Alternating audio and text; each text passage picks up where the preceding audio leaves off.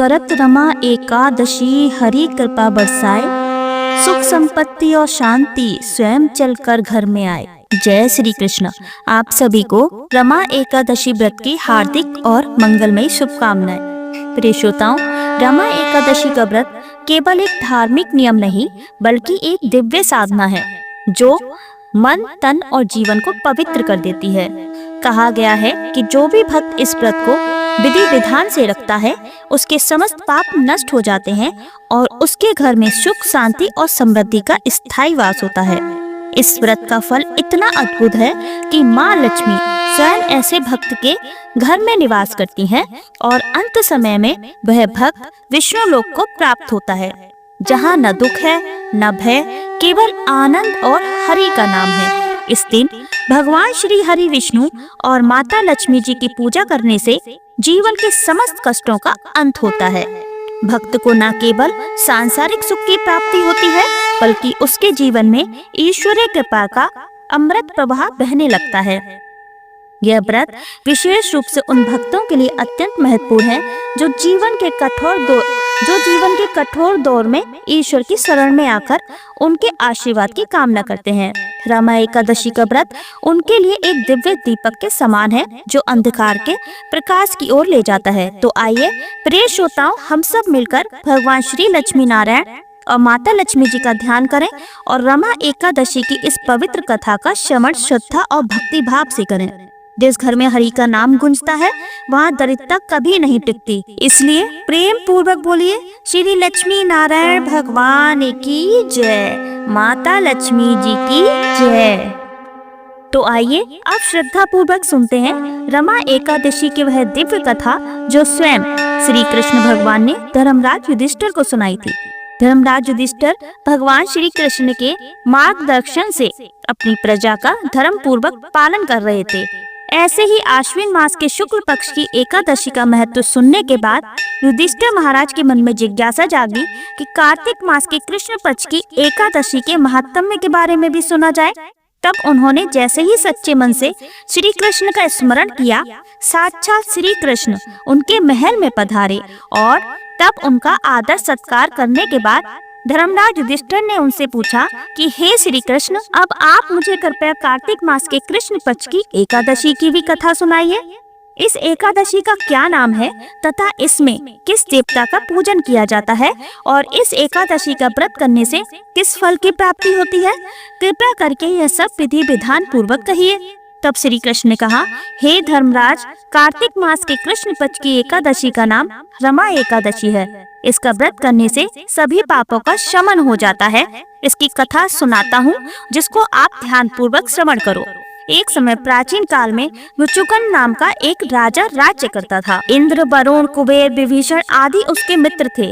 वह अत्यंत सत्यवादी तथा विष्णु भक्त था। उसका राज्य बिल्कुल निष्कंटक था और उसकी चंद्रभागा नाम की एक पुत्री थी जिसका विवाह उसने राजा चंद्रसेन के पुत्र शोभन से कर दिया। वह राजा एकादशी का व्रत बड़े ही नियम से करता था तथा उसके राज्य में भी सभी कठोरता से इस नियम का पालन करते थे। एक समय की बात है कि शोभन अपनी ससुराल आया हुआ था और वह कार्तिक का पावन मास था। उसी मास में महापुण्यदायिनी रमा एकादशी का व्रत आया। उस दिन सभी व्रत रखा करते थे। चंद्रभागा ने विचार किया कि मेरे पति तो बहुत ही दुर्बल हैं और कमजोर हृदय के भी हैं। वे भला एकादशी का व्रत किस प्रकार रख सकेंगे, जबकि मेरे पिता के यहाँ तो सभी एकादशी का व्रत करने की आज्ञा है। मेरा पति राजा की आज्ञा का पालन करेगा तो उसे अत्यंत कष्ट होगा। चंद्रभागा को जिसका डर था वही हुआ। राजा ने 10वीं तिथि को आदेश कर दिया कि इस समय उनका दामाद राज्य में पधारा हुआ है, अतः समस्त प्रजा विधान पूर्वक एकादशी का व्रत करे। जब 10वीं तिथि आई तब राज्य में ढिंडोरा पिट गया, जिसे सुनकर शोभन अपनी पत्नी के पास गया और कहने लगा, हे प्रिय, अब तुम ही मुझे कोई उपाय सुझाओ, क्योंकि मैं उपवास नहीं कर सकता और अगर मैं उपवास कर भी लूं तो अवश्य ही मारे भूख प्यास के मेरी मृत्यु हो जाएगी। पति की बात सुनकर चंद्रभागा ने कहा, हे स्वामी, मेरे पिता के राज्य में तो एकादशी के दिन कोई भी भोजन नहीं कर सकता। यहाँ तक कि हाथी, घोड़ा, ऊंट, अन्य पशु आदि तक जिनका तिनका अन्न, जल आदि तक ग्रहण नहीं करते, तो फिर भला मनुष्य कैसे भोजन कर सकते हैं? यदि आप उपवास नहीं कर सकते तो फिर आप यहाँ से किसी अन्य जगह पर चले जाइए, क्योंकि यदि आप यहाँ रहेंगे तो आपको व्रत तो अवश्य ही करना पड़ेगा। पत्नी की बात सुनकर शोभन ने कहा, हे प्रिय, तुम्हारी राय उचित है, परंतु मैं इस व्रत से बचने के लिए किसी अन्य स्थान पर नहीं जाऊंगा। अब मैं भी इस व्रत को अवश्य ही करूंगा, परिणाम चाहे कुछ भी हो। भाग्य में लिखे को भला कौन टाल सकता है। अब सभी के साथ शोभन ने भी एकादशी तिथि आने पर रमा एकादशी का व्रत किया तथा वह भूख और प्यास से अत्यंत व्याकुल होने लगा। सूर्य नारायण भी अस्त हो गए और रात्रि जागरण के लिए वह पावन रात्रि का समय भी आ गया। वह रात्रि शोभन को असहनीय दुख देने वाली थी। दूसरे दिन द्वादशी तिथि को सूर्योदय होने से पहले ही भूख प्यास के कारण शोभन की मृत्यु हो गई। राजा ने अपने दामाद शोभन के मृत शरीर को जल प्रवाह करा दिया तथा अपनी पुत्री को आज्ञा दी कि वह सती ना हो और उसे भगवान विष्णु की कृपा पर विश्वास रखना चाहिए। अब चंद्रभागा अपने पिता की आज्ञा अनुसार सती नहीं हुई और वह अपने पिता के घर में ही रहकर भगवान विष्णु की पूजा और नियमित एकादशी के व्रत करने लगी। उधर रमा एकादशी व्रत के प्रभाव से शोभन को जल से निकाल लिया गया तथा भगवान विष्णु की कृपा से उसे मंदराचल पर्वत पर धन धान्य से परिपूर्ण तथा शत्रु रहित देवपुर नाम का एक उत्तम नगर प्राप्त हुआ। उसे वहाँ का राजा बना दिया गया। उसके महल में रत्न तथा स्वर्ण के खंभे लगे हुए थे। राजा शोभन स्वर्ण तथा मणियों के सिंहासन पर सुंदर वस्त्र और आभूषण धारण किए बैठा था। गंधर्व तथा अप्सराएं नृत्य कर रही उसकी स्तुति कर रही थी। उस समय राजा शोभन दूसरे इंद्र के समान लग रहा था। उन्हीं दिनों मुचुकुंद नगर में रहने वाले सोम शर्मा नाम के एक ब्राह्मण तीर्थ यात्रा के लिए निकले हुए थे। भ्रमण करते करते वह ब्राह्मण शोभन के राज्य में जा पहुँचे और उसको देखा। वह ब्राह्मण उसको राजा का दामाद समझकर उसके निकट गए। राजा शोभन ब्राह्मण को देखते ही आसन से खड़ा हुआ और अपने ससुर तथा अपनी पत्नी चंद्रभागा की कुशल क्षेम पूछने लगा। शोभन की बात सुनकर सोम शर्मा ने कहा, हे राजन, हमारे राजा कुशल से हैं और आपकी पत्नी चंद्रभागा भी कुशल पूर्वक है। अब आप अपना वृत्तांत बताइए। आपने तो रमा एकादशी के दिन अन्न जल ग्रहण न करने के कारण प्राण ही त्याग दिए थे और मुझे तो यह देखकर बड़ा आश्चर्य लग रहा है कि ऐसा विचित्र और सुंदर नगर, जिसको ना तो पहले मैंने कभी देखा और न सुना, आपको भला किस प्रकार प्राप्त हो गया। तब शोभन ने कहा कि हे ब्राह्मण देवता, यह सब कार्तिक मास के कृष्ण पक्ष की रमा एकादशी के व्रत का ही फल है। इसी से मुझे यह अनुपम नगर प्राप्त हुआ है, किंतु यह अस्थिर है। शोभन की बात सुनकर ब्राह्मण ने कहा, हे राजन, फिर यह अस्थिर क्यों है और किस प्रकार भला स्थिर हो सकता है, आप मुझे समझाइए। अगर आपके नगर को स्थिर करने के लिए मैं कुछ कर सका तो वह उपाय तो मैं अवश्य ही करूंगा। तब राजा ने कहा, हे ब्राह्मण देव, मैंने वह व्रत विवश होकर तथा श्रद्धा रहित होकर किया था। उसके प्रभाव से मुझे अस्थिर नगर प्राप्त हुआ। परंतु यदि आप इस वृतांत को राजा मुचुकुंद की पुत्री चंद्रभागा से कह देंगे तो वह इसको स्थिर बना सकती है, क्योंकि वह श्रद्धा से और नियमित सभी नियमों का पालन करते हुए सभी एकादशियों का व्रत करती है। राजा शोभन की बात सुनकर ब्राह्मण अपने नगर को लौट आए और उन्होंने चंद्रभागा से संपूर्ण वृतांत कह सुनाया। इस पर चंद्रभागा बोली, हे ब्राह्मण देवता, आप क्या वह सब दृश्य प्रत्यक्ष देख कर आए हैं या फिर अपने स्वप्न मात्र कह रहे हैं। चंद्रभागा की बात यह सुनकर ब्राह्मण देवता ने कहा, हे राजकन्या, मैंने तो तेरे पति शोभन और उसके नगर को प्रत्यक्ष देखा है, किंतु वह नगर अस्थिर है। तो कोई ऐसा उपाय कर जिससे कि वह स्थिर हो जाए। ब्राह्मण की बात सुनकर चंद्रभागा बोली, हे ब्राह्मण देव, आप मुझे उस नगर में ले चलिए। मैं अपने पति को देखना चाहती हूँ। मैं अपने व्रत के प्रभाव से उस नगर को स्थिर बना दूंगी। तब चंद्रभागा के वचनों को सुनकर ब्राह्मण उसे मंदराचल पर्वत के समीप वामदेव ऋषि के आश्रम में ले गए। वामदेव ऋषि ने उसकी कथा को सुनकर चंद्रभागा का मंत्रों से अभिषेक किया। चंद्रभागा मंत्रों तथा व्रत के प्रभाव से दिव्य देह धारण करके अपने पति के समीप चली गई। शोभन ने अपनी पत्नी चंद्रभागा को देखकर उसे बड़ी प्रसन्नता के साथ आसन पर अपने समीप बिठा लिया। चंद्रभागा ने कहा, हे स्वामी, अब आप मेरे पुण्य को सुनिए। जब मैं अपने पिता के घर में 8 वर्ष की थी, तब से ही मैं सिबिधि एकादशी का व्रत कर रही हूँ। उन्हीं व्रतों के प्रभाव से अब आपका यह नगर स्थिर हो जाएगा तथा सभी कर्मों से परिपूर्ण होकर प्रलय के अंत तक स्थिर रहेगा। चंद्रभागा दिव्य स्वरूप धारण करके तथा दिव्य वस्त्रालंकारों से सुसज्जित होकर अपने पति के साथ सुखपूर्वक निवास करने लगी। भगवान श्री कृष्ण कहते हैं, हे धर्मराज, यह मैंने रमा एकादशी का महात्म्य में कहा है। जो मनुष्य रमा एकादशी के व्रत को करते हैं उनके सभी पाप ताप नष्ट हो जाते हैं। सो मनुष्य रमा एकादशी के इस पावन महात्म्य को सुनते हैं, वह अंत समय में विष्णु लोक को जाते हैं। कथा का सार ये है कि भगवान श्री हरि अत्यंत दयालु और क्षमावान है। वे अपने भक्तों के सभी अपराधों को क्षमा कर देते हैं। श्रद्धा पूर्वक या विवश होकर भी यदि कोई उनका पूजन या एकादशी का व्रत कर लेता है, जिस प्रकार शोभन ने किया, तो वह उसे भी उत्तम फल प्रदान करते हैं। परंतु मनुष्य को चाहिए कि वह भगवान का पूजन पूर्ण श्रद्धा से करे। शोभन अपनी पत्नी द्वारा श्रद्धा पूर्वक किए गए एकादशी व्रतों के कारण ही अपने राज्य को स्थिर कर सका। ऐसी सुकर्मा पत्नी भगवान श्री हरि की कृपा से ही प्राप्त हो सकती है। कथा यहीं पर समाप्त होती है। तो प्रिय श्रोताओं, अब आप सुनिए शालिग्राम भगवान की कहानी। कृष्णनगर के पास एक गांव में एक ब्राह्मण रहा करते थे। वे ब्राह्मण पुरोहित का काम करते थे। गांव में जिसके यहाँ भी कथा होती वहाँ चले जाते। बदले में जो कुछ भी दक्षिणा उन्हें मिल जाती उसी से वो अपना गुजारा करते थे। एक दिन यजमान के यहाँ पूजा कराकर घर लौटते समय उन्होंने रास्ते में देखा कि एक साग वाली एक कोने में बैठकर साग बेच रही है। भीड़ लगी हुई थी। कोई साग तुलवा रहा है तो कोई मोल भाव कर रहा था। पंडित जी रोज उसी रास्ते से जाते और साग वाली को देखा करते। वो वहीं बैठी मिलती। एक दिन किसी जान पहचान के आदमी को साग खरीदते देखकर वे भी वहीं खड़े हो गए। उन्होंने क्या देखा कि साग वाली के पास एक पत्थर का बाट है और उसी से वह 5 सेर वाले को 5 सेर और जो 1 सेर मांगता उसे 1 सेर का साग तोड़कर दे रही थी। एक ही बाट से उस साग वाली का काम चल रहा था। यह देखकर पंडित जी को बड़ा ही आश्चर्य हुआ। उनसे रहा नहीं गया तो उन्होंने पूछा कि बहन, तुम एक ही पत्थर से कैसे सबको तोड़कर साग दे सकती हो? क्या सबको ठीक ठीक वजन से साग मिल रहा है? पंडित जी के परिचित व्यक्ति ने कहा, हाँ पंडित जी, है ना बड़े आश्चर्य की बात। हमें भी विश्वास नहीं आता, क्योंकि कई बार हम लोगों ने इससे लिए हुए साग को दूसरी जगह तोड़कर देखा तो पूरा वजन सही सही उतरा। एक ही बाट से सभी को, किसी को कम चाहिए तो कम देती है, ज्यादा चाहिए तो ज्यादा साग तोड़कर देती है।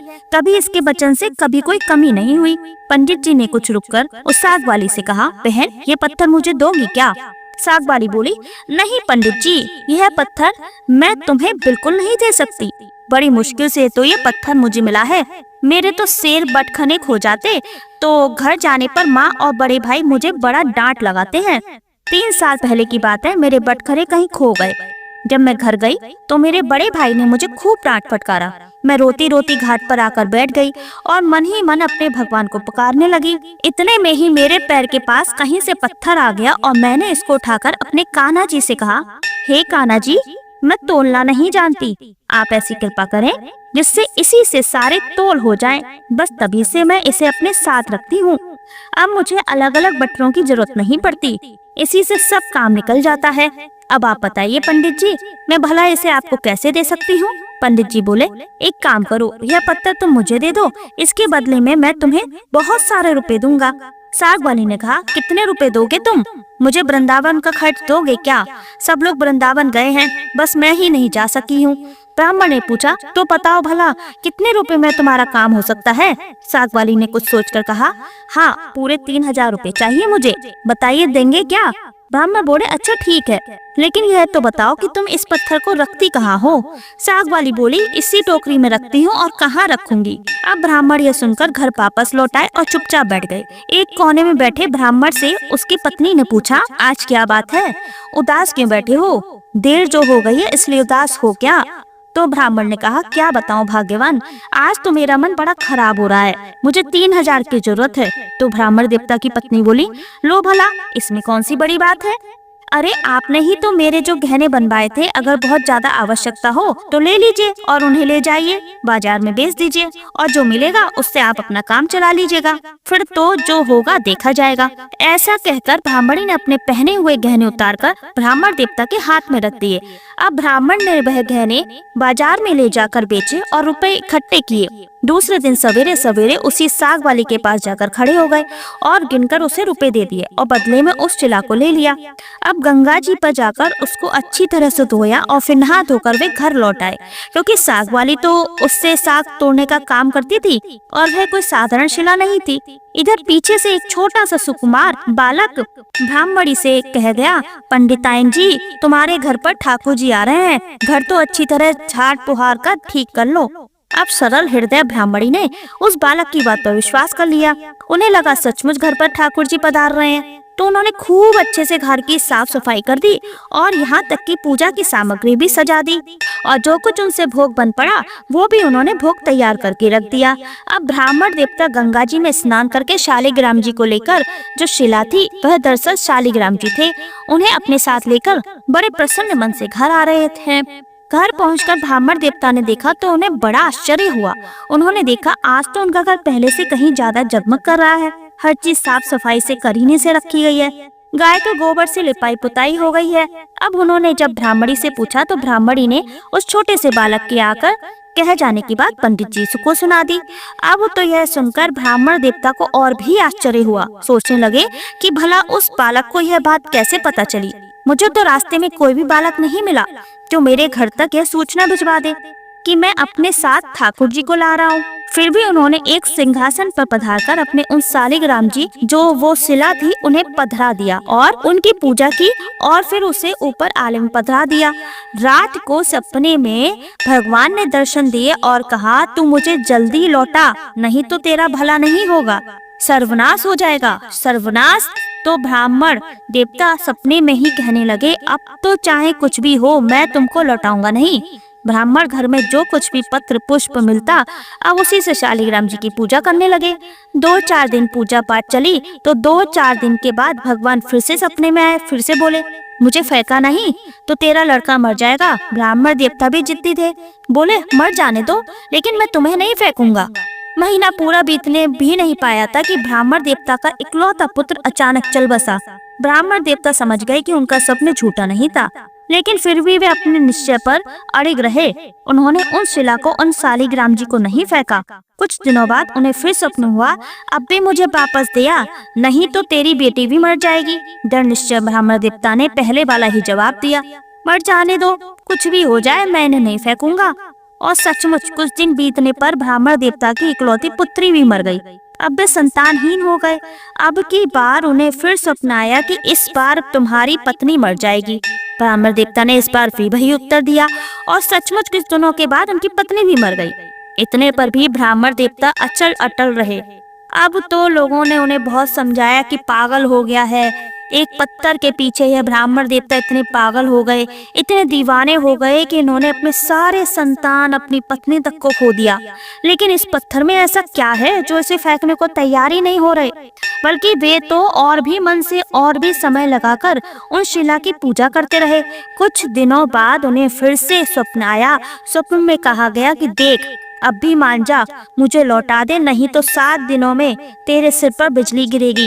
ब्राह्मण देवता उसी तरह हठी बनकर बोले, गिर जाने दो, ज्यादा से ज्यादा क्या होगा, मेरी मृत्यु ही तो हो जाएगी ना, लेकिन मैं तुम्हें उस साग वाली की गंदी टोकरी में वापस नहीं रखने वाला। अब तो ब्राह्मण देवता ने एक मोटे कपड़े में लपेटकर भगवान को बड़ी मजबूती से अपने से ही बांध लिया। अब वे हर समय उन्हें इसी तरह से अपने से बांधे रखते। अचानक एक दिन आसमान में काले काले बादल घुमड़ आए और जोर जोर से गड़गड़ाहट होने लगी। कड़कड़ा कर बिजली कौंती हुई नजदीक आती, पर पंडित जी के पास आते ही वापस लौट जाती। अब 3 दिन शेष रह गए। एक दिन ब्राह्मण देवता गंगा जी के घाट पर संध्या पूजन कर रहे थे कि 2 सुंदर छोटे छोटे बालक जल में कूद पड़े। उनमें से एक सांवला था और दूसरा गोरे रंग का बालक था। उन दोनों के शरीर पर कीचड़ लिपटा हुआ था और वह इस ढंग से जल में छपाक से कूदे कि बहुत सारा जल उछलकर ब्राह्मण देवता के शरीर पर पड़ गया। ब्राह्मण देवता ने कहा, अरे भैया, तुम लोग कौन हो, इस तरह जल में कूदा जाता है क्या? देखो तो जरा, मेरे शरीर पर जल के छींटे पड़ गए हैं, मैं पूरा भीग गया। अरे मैं तो भीगा ही भीगा, यह देखो मेरे भगवान भी छींटे पड़ गए, देखते नहीं मैं पूजा कर रहा था। बालकों ने ऐसा सुना तो कहने लगे, ओहो, तुम्हारे भगवान पर भी छींटे लग गए, हमने तो देखा ही नहीं बाबा, तुम गुस्सा मत हो ना। पंडित जी कहने लगे, नहीं भैया, गुस्सा कहाँ होता हूँ, बताओ तो तुम किसके लड़के हो, और ऐसा सुंदर रूप तो मैंने कभी नहीं देखा, कहाँ रहते हो भैया? कैसी अमृत घोली मीठी है तुम दोनों की। तो बालक कहने लगे, बाबा हम तो यहीं रहते हैं। ब्राह्मण कहने लगे, भैया क्या फिर भी मैं कभी तुम लोगों को वापस देख पाऊंगा? तो बालक बोले, क्यों नहीं बाबा, आप बस पुकारना, हम दौड़े दौड़े चले आएंगे, पास में ही तो रहते हैं। तुम तो बस पुकार लेना। अब की बार ब्राह्मण देवता बोले, पुकारूंगा तो तब जब मुझे तुम्हारा नाम पता चलेगा। जरा तुम दोनों मुझे अपना नाम तो बताओ। तो वे दोनों बालक बोलने लगे, बाबा हमारा कोई एक नाम नहीं है, जिसका तो जो मन होता है बस वह हमें उसी नाम से पुकार लेता है। आपका भी जो मन करे आप पुकार लेना। ऐसा कहकर वह सांवला सलोना बालक आगे बढ़ा, लेकिन जाने से पहले एक मुरली ब्राह्मण देवता के हाथ में धरकर बोला, लो बाबा, यह मुरली जब भी जरूरत हो इसे बजा लेना। बजाते ही हम लोग कहीं भी होंगे बस आ जाएंगे। दूसरे गोरे बालक ने एक फूल देकर बाबा से कहा, पंडित जी इस फूल को अपने पास रखना, तुम्हारा सदा मंगल होगा। और फिर तो वे दोनों बालक जब तक वहाँ से चले नहीं गए, आंखों से ओझल नहीं हो गए, ब्राह्मण देवता टकटकी लगाए उन्हें देखते ही रह गए। जब वे दोनों बालक चले गए तो उनकी छवि ब्राह्मण देवता की आंखों में बस गई। बहुत देर तक तो वे उस छवि के ही दर्शन करते रहे। फिर मन ही मन सोचने लगे, कितने सुंदर है ये दोनों बालक, क्या फिर कभी इनके दर्शन दोबारा होंगे? ब्राह्मण देवता ने अपने हाथ में पकड़ा हुआ फूल देखकर सोचा, फूल तो बहुत बढ़िया है, कैसी सुगंध आ रही है, पर मैं इस फूल का क्या करूंगा और रखूंगा भी तो कहाँ रखूंगा? इससे तो अच्छा है मैं राजा को ही दे आऊं। ब्राह्मण देवता ने ले जाकर वह फूल महाराज जी को दे दिया। राजा ने उस फूल को देखा तो देखकर बड़े प्रसन्न हुए। पूरा महल उस फूल की सुगंध से भर उठा और उन्होंने उस फूल को ले जाकर बड़ी रानी को दे दिया। इतने में ही छोटी रानी ने जाकर कहा, महाराज मुझे भी ऐसा ही एक फूल मंगवा दो, नहीं तो मैं डूब मरूंगी। अब राजा दरबार में और सिपाहियों को उसी समय उन ब्राह्मण देवता को खोजने के लिए भेजा। सिपाहियों ने ढूंढते ढूंढते जाकर देखा कि वही ब्राह्मण देवता एक पेड़ की छाया में बैठे हैं और उनके सिर पर एक शिला कपड़े से बंधी हुई है और वे मन ही मन कुछ गुनगुना रहे हैं और मुस्कुरा रहे हैं। तब वे उन ब्राह्मण देवता को राजा के पास फिर से लेवा लाए। राजा ने कहा, ब्राह्मण देवता आपके पास वह फूल कहाँ से आया? मुझे एक और फूल बिल्कुल वैसा ही चाहिए, मुझे अपनी छोटी रानी को देना है। तो पंडित जी बोले, राजन मेरे पास तो बस एक ही फूल था, पर देखता हूँ प्रयास करके शायद दूसरा फूल भी मिल जाए। ऐसा कहकर ब्राह्मण देवता उन दोनों बालकों की खोज में निकल पड़े। अचानक उन्हें याद आया कि सामने बालक ने मुझे एक मुरली थमाई थी और यह कहा था कि बाबा इस मुरली को जब भी बजाओगे मैं आपके पास आ जाऊंगा, चलो प्रयास करके देखता हूँ। अब मुरली तो उन्हें बजानी आती ही नहीं थी। उन्होंने जैसे तैसे करके उस मुरली में से कुछ आवाज निकाली, थोड़ी बहुत धुन बजी और मुरली की धुन सुनते ही वही गौर श्याम जोड़ी साक्षात पंडित जी के सामने प्रकट हो गई। अब ब्राह्मण देवता ने एक बार फिर से उन दोनों बालकों को देखा, रूप माधुरी के पान से मतवाले हो गए। कुछ देर के बाद उन्होंने कहा, भैया वैसा ही एक और फूल मुझे चाहिए, मैंने तुम्हारा दिया हुआ फूल राजा को दे दिया था और राजा ने वैसा ही एक और फूल मांगा है। तो गोरे बालक ने कहा, बाबा फूल तो हमारे पास नहीं है, हाँ परंतु हम तुम्हें एक ऐसी जगह ले जाएंगे जहाँ वैसे ही फूलों का बगीचा खिला है, तुम बस अपनी आंखें बंद करो। ब्राह्मण देवता ने छट अपनी आंखें बंद कर ली। बच्चे उनका हाथ पकड़कर न जाने किस रास्ते से बातों ही बातों में जाने कहाँ ले गए। एक जगह पहुंचकर ब्राह्मण देवता से उन्होंने आंखें खोलने को कहा। ब्राह्मण देवता ने आंखें खोली तो देखकर मंत्र मुग्ध रह गए। बड़ा सुंदर स्थान है, चारों ओर सुंदर सुंदर वृक्षलता आदि पुष्पों की मधुर गंध से सुशोभित है। बगीचे के बीच में एक बड़ा मनोहर महल है। ब्राह्मण ने देखा तो क्या देखते हैं कि वे दोनों बालक जो उनका हाथ पकड़कर यहाँ तक लाए थे, अब वे दोनों बालक गायब हो गए। वे थोड़ी हिम्मत करके आगे बढ़े। महल के अंदर जाकर देखा तो चारों ओर बड़ा ही सुसज्जित और बड़ा ही मनमोहक स्थान था। बीचों बीच एक दिव्य रत्नों का सिंहासन रखा हुआ था। सिंहासन खाली था। ब्राह्मण देवता ने उस स्थान को मंदिर समझकर प्रणाम किया। उनके माथे पर बंधी हुई ठाकुर जी की शिला खुलकर नीचे पड़ गई। यह देखकर ब्राह्मण देवता घबरा गए और घबराकर उन्होंने जैसे ही उस शिला को उठाने के लिए अपने हाथ आगे बढ़ाया कि वह शिला अचानक दो टुकड़ों में फटी। एक दिव्य ज्योति प्रकट हुई और देखते ही देखते उसमें से साक्षात श्री लक्ष्मी नारायण भगवान प्रकट हो गए और उस खाली सिंहासन पर विराजमान हो गए। भगवान नारायण ने मुस्कुराते हुए ब्राह्मण देवता से कहा, हे ब्राह्मण, हमने तुमको कितने दुख दिए पर तुम तो अटल रहे। दुख पाने के बाद भी तुमने हमें कभी नहीं छोड़ा, पकड़े ही रहे और इसी से हम तुम्हें सशरीर यहाँ ले आए हैं। जो भक्त स्त्री पुत्र घर गुरुजन प्राण धन इहलोक और परलोक छोड़कर केवल हमारी शरण में आ जाते हैं, भला हम उन्हें कैसे छोड़ सकते हैं? इधर देखो, ये खड़ी है तुम्हारी सहधर्मिणी तुम्हारी पत्नी, यह रही तुम्हारी पुत्री और तुम्हारा यह पुत्र भी। यह देखो, यह सब भी मुझे प्रणाम कर रहे हैं। अब तुम सबको मेरी प्राप्ति हो गई है और तुम्हारी एक ही दृढ़ता से तुम्हारा सारा परिवार अब भव बंधन से मुक्त हो गया है। यह देखकर ब्राह्मण देवता नतमस्तक हो गए। तो यह है भगवान की भक्ति और भगवान की करुणा की कहानी। अगर परिवार में सारे लोग भक्ति ना कर सकें तो एक सदस्य भी सच्चे मन से भक्ति कर लेता है तो भगवान पूरे परिवार को उद्धार कर देते हैं। तो सभी प्रेम से बोलिए श्री लक्ष्मी नारायण भगवान की जय, श्री शालिग्राम भगवान की जय, तुलसी महारानी की जय। तो प्रिय श्रोताओं, उम्मीद करते हैं आपको रमा एकादशी की कथाएं पसंद आई होंगी। पसंद आए तो वीडियो को लाइक कर दीजिए, चैनल को सब्सक्राइब करके बेल आइकन का बटन अवश्य ही दबा दीजिए। मिलते हैं अपनी एक नई कथा के साथ, तब तक के लिए धन्यवाद। जय श्री राम, ओम नमः शिवाय।